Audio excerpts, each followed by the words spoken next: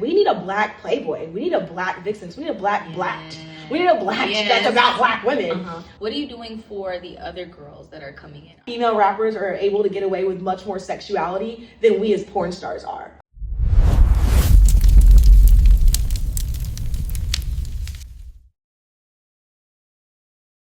Hazel, how are you? I'm great. How are you? I'm amazing. Thank you so much for coming. I'm excited to be here. Yeah, we met at Exotica. We did a few times now. The first one was in Miami, and I remember because my sister Erica went ape shit. She's like, "That's Hazel." I was like, "Calm down and act normal." Act normal. So she's a huge fan of you. She wanted me to remind you again Thank that you. she loves you. I love my female fans. Oh my gosh. They are the best because at the end of the day, the female fans, I don't hear from them. The male fans love commenting and giving me their personal opinion on things I didn't. Everything. They in your face. It's like, I don't see you commenting for Sony or any of these other, like, no, let me do my art. And if you like it, watch it. If not, find someone else. Yes. Yeah, but I'm sure you have a lot more female fans than you know. I realized that at, I believe, the Chicago or Jersey Exotica where I saw you the second time I met you. During that Exotica, you, along with like so many female fans, came up to me during that show that I remember talking about it for like 2 weeks after. Like, I didn't realize I had so many female fans. I had girls watching me in the pen, like they're in prison, and they're sending fans to come and tell me that they love me. Like, I'm like, I did not realize. It really made my heart full to know that I had so many female fans. Like.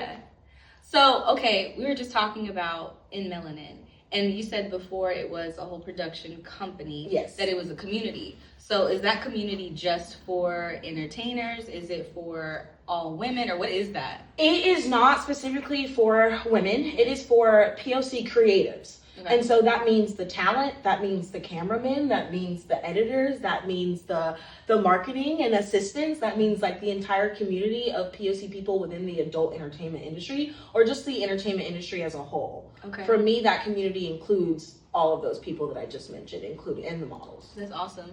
And did you guys do events and stuff before, or now? We did. So the company actually officially launched in I would say somewhere around November 2019, but really started to kick off early 2020, and then 2020 happened in March. And so we slowed things down, but also we kept our annual bake show going, because for us the bake show is just our way to battle or to fight the loneliness epidemic, and giving people or fans someone to hang out with. It's their Valentine's Day date. Okay. Sometimes it's on Valentine's Day, so it's usually around Valentine's Day, but it's your Valentine's Day date with all of my girls. So this bake show, is it like spicy bake show? It is. It starts kind of like we're just baking, and then it, it progresses. Okay. Listen, my birthday was on Monday. Oh. And I sat on a cake for the first time, and that was new for me. Oh my God, I still haven't done that. I gotta get more creative out here. Look, I was just like, what do I do for my birthday? I'm like, I'm sitting on a cake. Sitting on a cake. I love it. So we started with our events, and it started with the bake show. That was the only one that we were really able to keep alive during COVID. But after that, I was like, we have to make sure that we really bring the community back as a whole. It's hard for everyone after COVID. Yeah. So then we have our yacht party that we do every year. Miami? In Miami. You're invited. Yep. We do our yacht party every year. Our bake show every year. We do a yearly photo shoot with all the girls every year. I offer lodging and booth access and all that stuff for Exotica, which is 4 times a year. And a lot of people don't really think about how difficult it is for one individual creator to show up at an Exotica. You're paying for your flight, you're paying for your hotel, you're paying for your hair, nails, testing like always, but then you got to pay for your booth. You've got to pay for shipping to get your stuff to your booth. Like so it's just very hard for one individual performer to be able to make that commitment to go to Exotica. And for years, I've been going to Exotica religiously for my entire career. So 8-9 years in adult, I've been going to Exoticas. Right. And the one thing that I've consistently seen is that there's 99.9% white people, and there's 1% of every other kind of person. Yes. And I always hated that, but then when you realize how difficult it is for them to get there, on top of the fact that they don't get as many bookings, and they don't have the same income that everyone else has, and they can't, leverage that visibility the way that other people can, that's why you don't see as many models. So another thing that I do is making sure that if any POC performer wants to be at Exotica to get exposure for their individual brands, for their name, come with us. Come spend the week with us at our Airbnb, hang out with us. We all go to Exotica together. We work our asses off. Then we come back. Yeah, we come back to the B&B. We're sharing business plans. We're like, well, this is how I did this. I got this guy to do this. Like, blah, blah, blah, blah. And it's, again, it comes back to that community of it all. I love that. So I want to peel back the curtain a little bit. You talked about expenses. If there was a new entertainer coming up or someone who's been wanting to go to Exotica, can we get a ballpark number of what it actually takes to go? If you're lucky, you can find a company that will allow you to sign, like sit at the table and make your sales for free. But that requires marketing. So let's say that that's not an option for you. You're very brand new. You don't have those connections yet.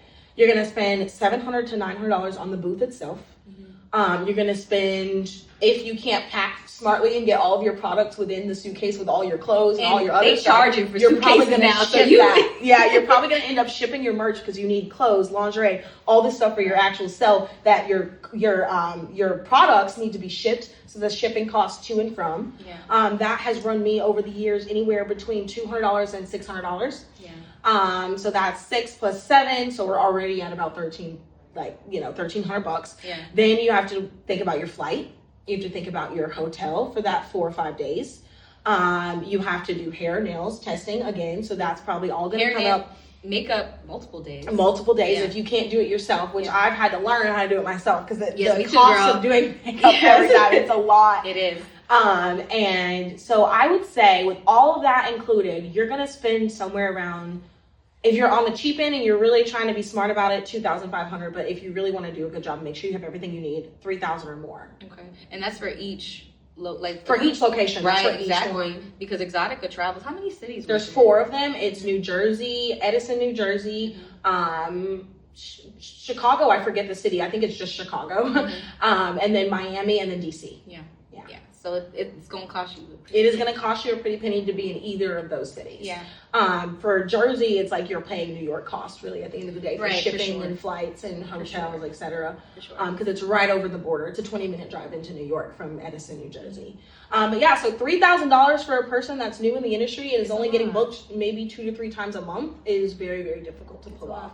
But again, that's one of those things that you need. You need to grow your brand. You not only need to be doing shoots, you also need to be making content on your own to keep feeding the algorithm, and you also need to have that exposure for everyday people to get a chance to meet you. And so Exotica is a really, important part of that. So as far as bookings, because you are porn star. Yes. Right. So how does the booking work? Like, as far as getting booked by agencies or? So it's very similar, and I love making this using this analogy, or I don't know if it's an analogy, but basically I just love saying that this industry is no different from every other industry, specifically entertainment industries. So it really works like every other entertainment industry. Models can self-book or they can have an agency, and that will provide the bookings for them.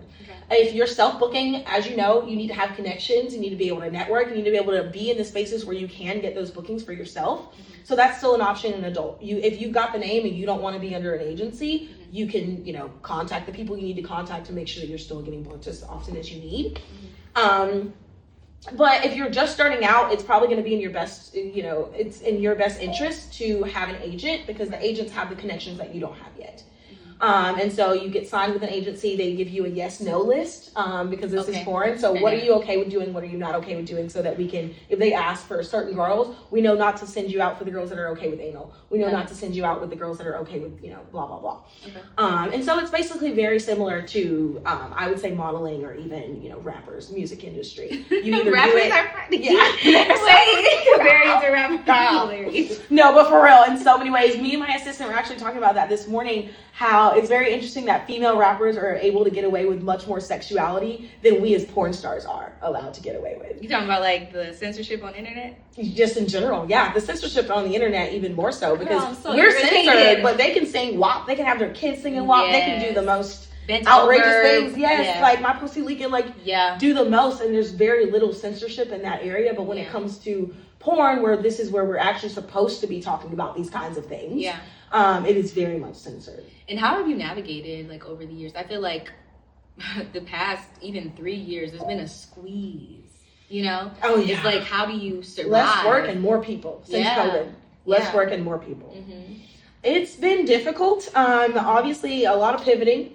You know, you take in the environment, the current environment, because it changes so often. You take in the current environment and you say, okay, how can I keep what I'm already doing, but add a little twist? Because my whole thing is, I don't like following trends. Me neither. I would try everything to not like following trends. This is what you're going to get when you come to me. I'm not going to switch it up and now we're doing all this stuff now because that's what gets it out. I am very authentic to myself and to who I believe Hazel Grace as a brand is. And I think that's awesome because people know what they're going to be subscribing to. Exactly. You know? Exactly. So it's been very, very difficult to navigate, you know, more people, less work. But ultimately, for me, it's been staying positive and remembering who I am and what I bring to the table. Right. Because at the end of the day, there's a lot of us, but none of them are me.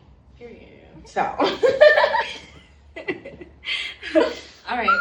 I'm very happy to. I'm so sorry to cut you off. Like, I've really come into myself even more so because I went through phases of wanting to cut my dreads.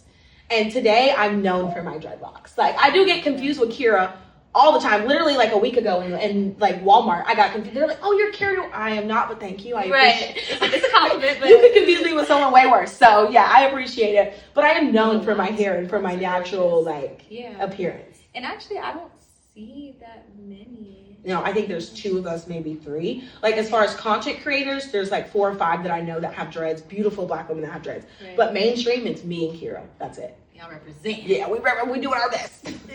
I love that. So let me talk to you a little bit about how you're set up as a business and how you're navigating with your bookings or with In Melanin or just as Hazel Grace. I'm pretty sure I already asked you at Exotica, and I asked a bunch of girls, like, hey, are you actually set up as an LLC, or are you just out here winging the shit? Winging it. There's a lot of girls that were just winging it. Yeah. A lot of people with actual businesses, like. Yeah. How dangerous is it? Very dangerous. Because I'm sure you guys get taxed. I'm sure y'all are definitely making money. So how soon did you make sure your business was put together? Or did you guys kind of have to learn? As a porn star, as Hazel Grace, I will say that I was not immediately, that was not a concern of mine. When you're a model or a porn star, that's not your first thought is to make yourself a corp. It's just not your first thought. Like, I'm making money, I was paying my taxes, so I didn't really see any benefit in it until later on. I would say it took 2 or 3 years to realize, like, okay, if I am a corporation or an LLC, companies will pay you more, like a little bit more. They won't take out the taxes for you. It just makes things easier for you on the back end as far as filing taxes and keeping your business legal with the IRS. And the last thing that you want in our industry is an audit, because they're going to go through absolutely everything. Right. And so for that one, I just kind of winged it for a little too long. But when In Melanin came about, when the thought process of In Melanin came about, I was thinking of it in the sense of, like, we need a black Playboy. We need a black Vixen. We need a black Blacked. We need a Black that's about black women. Black is owned by the white. It is, girl. The night that site went live was the night that I was like, fuck it, I'm doing this. Because I had been thinking about In Melanin for a long time, and they had been teasing Blacked. And I'm like, oh my God, they're finally going to do a site that's about black women with other dicks instead of it being white girls with black dicks, or just everything surrounding black dicks. And that's what Blacked is today. It's about the black dick. It's not about the girl. Yeah. And that's perfectly fine. But I thought after 20 plus years an adult, and there not being a site that's specifically dedicated to women of color that has grown and really gotten to that point of mainstream, I was pissed because I thought this was what I'd been waiting for. It finally releases its first scene and it's a white girl with a big black dick. And I'm like, I worked in an adult store for 3, 4, 5 years, and throughout that process learned how many websites there actually have been dedicated to white women with black dicks. How many sites have there been dedicated to black women with white dicks? Barely any. Like, you would be ashamed of the statistics. That's so interesting. Yeah, very. But when it came to In Melanin specifically, I knew who I was going up against. I knew what I wanted to do with this and how big I wanted it to grow. So before anyone ever heard about In Melanin, the LLC was done. To protect the idea from other companies, to protect the brand, to protect myself. That's the most important part of LLC. I think it's less important, not that it is not very, very, very important as a model and individual creator, but it's way more important when you're trying to protect a brand that you've built. Like, it's very hard for someone to come in and say, oh, I'm Hazel Grace. Like, you know, like, you just can't do that. It's good for you to have that LLC, again, for tax purposes, but to protect what you've created, if you're doing something outside of yourself, with In Melanin specifically. I just wanted to make sure that we were safe all the way from start to finish. Tell me your vision, like your big picture. Like, what do you see? Like, is it gonna be like Playboy who? Like Black who? Exactly. You know what I mean? And the thing is, I don't even want to push them out of the top. I just want to put to stake our spot out, because we deserve to be one of the top 5 companies. There should be a company that is specifically about beautiful, powerful Black women. Yeah. And why is that not a thing in 2025? Like, how is that possibly not a thing at this late into where we are as a society? And so, to be honest, I just want to be up there with them. Like, after you say Playboy, you say In Melanin before you say Vixens type shit. Right. I just want to be in that same group, because I love what they're doing, but they're not going to do what I need. They're not going to specifically book women of color. They're not even thinking They're not going to do that, and I'm not going to beg them to do that. Right. I'll create the space, and I'll try to put us in there. But I love that. I can't wait to see that. So how do people support it? Like, go to InMelanin.com and subscribe today. Subscribe today. Go to InMelanin.com and subscribe today. Even if you do not watch porn on a regular, your monthly subscription means a lot to us to keep the community going, to make sure that we can, show up and have that visibility that everyone else has. Yeah. Go subscribe today. But also, if you cannot subscribe, always giving us a follow on Instagram, on Twitter, on Reddit will always help. Okay, bet. And who are some of the performers that you already have on there? You have your group, right? I do. I've got my main girls. Okay. So a lot of the site, full disclosure, currently is it's the Hazel Grace show and my bottom bitch, Mina Carlisle. Okay, because when the website first started, obviously it's very expensive, and my whole purpose in starting the site was to get Black women paid. So when we started and I can't afford to pay your rate, I'm not going to go around that. I'm going to work with what I got. So I had me, and my name was already pretty big at the time, and I had Mina, who was starting out. She shot her first ever scene for me. And so I knew that we would be willing to just shoot the content and not worry about getting paid. Right. So it started with a lot of content of me and her. Okay. But over the last year, we have shot Maya Farrell, Freckle Lemonade, we've shot Candy Love, we shot September Rain is on the site, we have Mocha Minaj is on the site, which is a popular Black MILF. We're going to be shooting Naomi Fox soon. Okay. And the thing is, at the end of the day, and this is another reason I started, there's not a lot of us. There's a list of 20, maybe 25, 30 that everybody knows, and those are the ones that I want on the site. So far, I think I've got 20% of that list on the site so far. So I got a long way to go, and I'm super excited. But yeah, it's growing. Okay, and then can we expect a event once you hit 20, all of them come out? We hit that would be a good idea actually. But yeah, so they come out every week.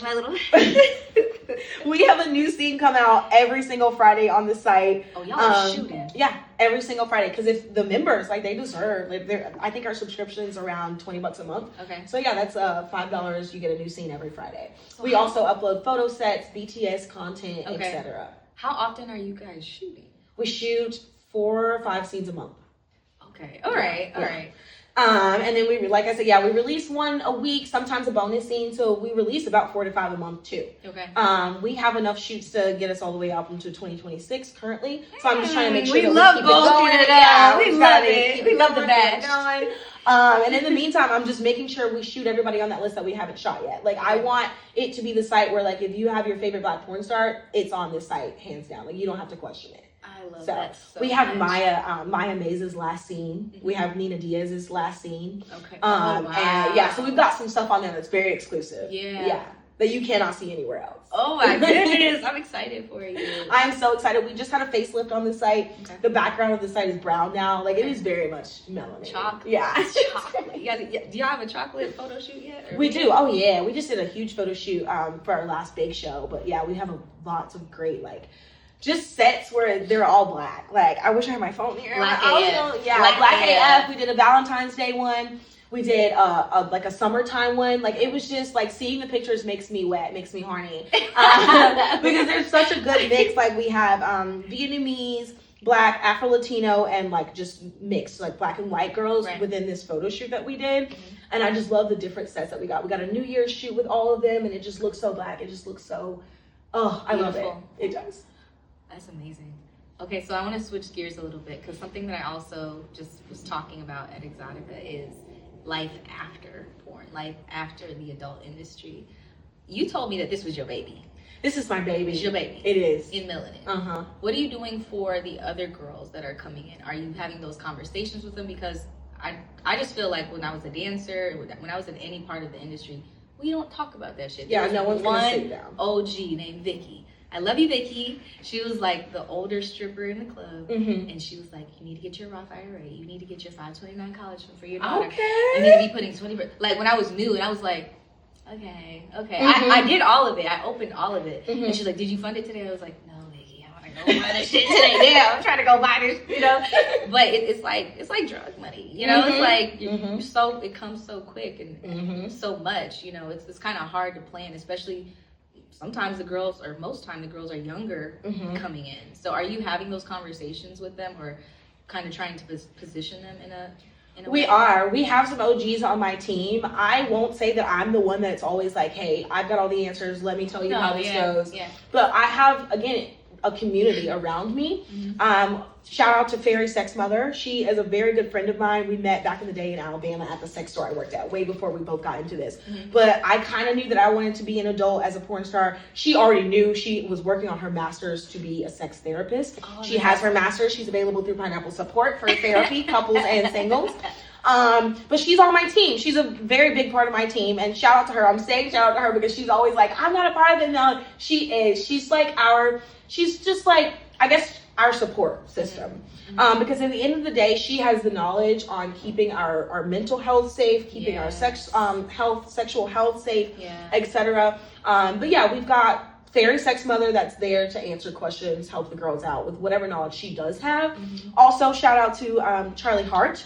Because she's the OG in our group, where she's got the knowledge. She's been a cam girl for years. She's done the PA stuff. She's done the mainstream porn. She decided that mainstream porn wasn't for her. She only dips her toe in there when she wants to. Yeah. Because she has the knowledge of what that could mean for you.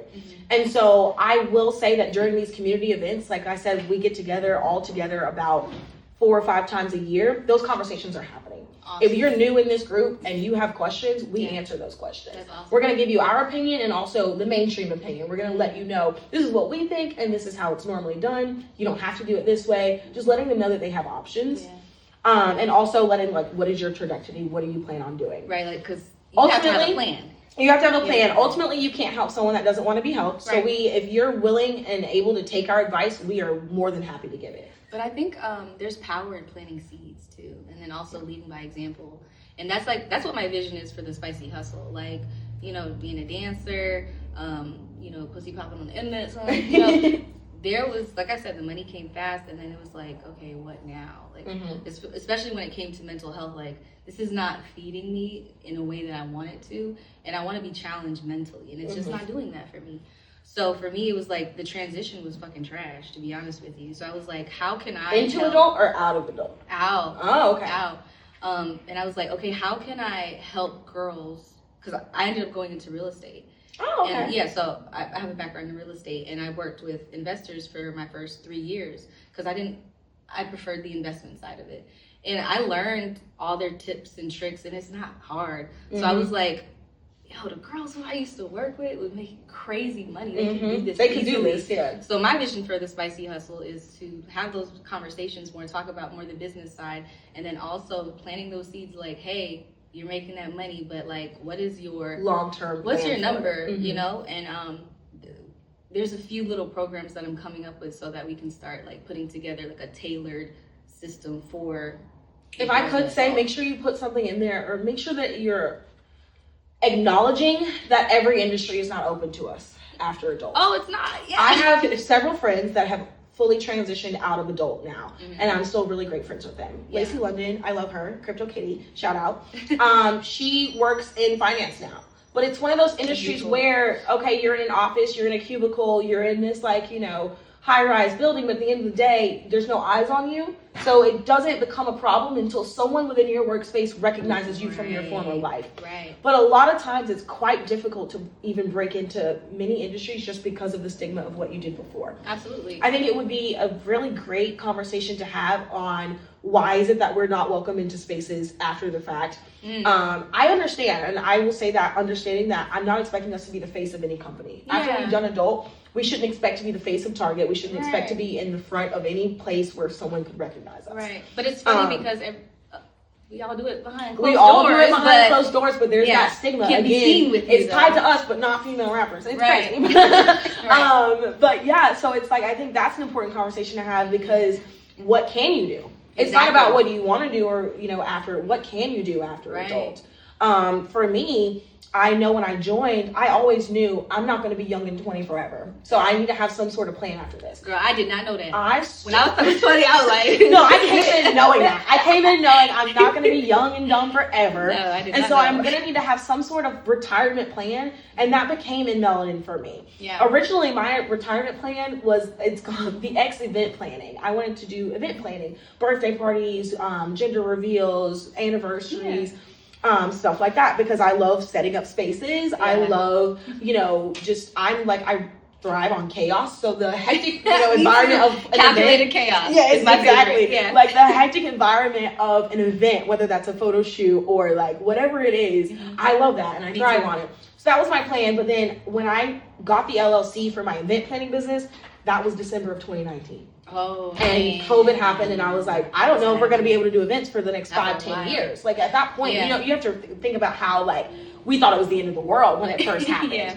And so I was like, okay, I'm going to have to pivot. That's not going to be my retirement plan. I can't sit around waiting till this pandemic ends to really start this up. Right. And so that's around the time that the Black site came out, like when they first started really pushing their stuff. And I was like, you know what? This is what we're doing. This is my retirement plan. I'll still get to kind of have a foot in adult. But originally my plan was to be an adult and then transition fully into something that's not aligned with adult at all. And so now my plan is different. I'm still within the adult industry, so it's making that transition for me 10 times easier. But for other girls, as I mentioned, Lacey does, she works in finance, crypto, all that stuff. I also have girls that are hoping to transition into being jewelers. Okay. Making their own pieces, but also, you know, because then their customer base could still be their customer exactly base. Exactly. And so I think the number one thing, what I always suggest to the girls, is you can transition out into something that you really want to do, but it would be smartest to transition into still running your own thing, right? Like still having your own, still being able to serve that clientele, work for yourself, not have to worry about any other brand company firing you or being, you know, not being able to use you wherever they want. Because I do think it's important that we do acknowledge that there are restrictions for us outside of that.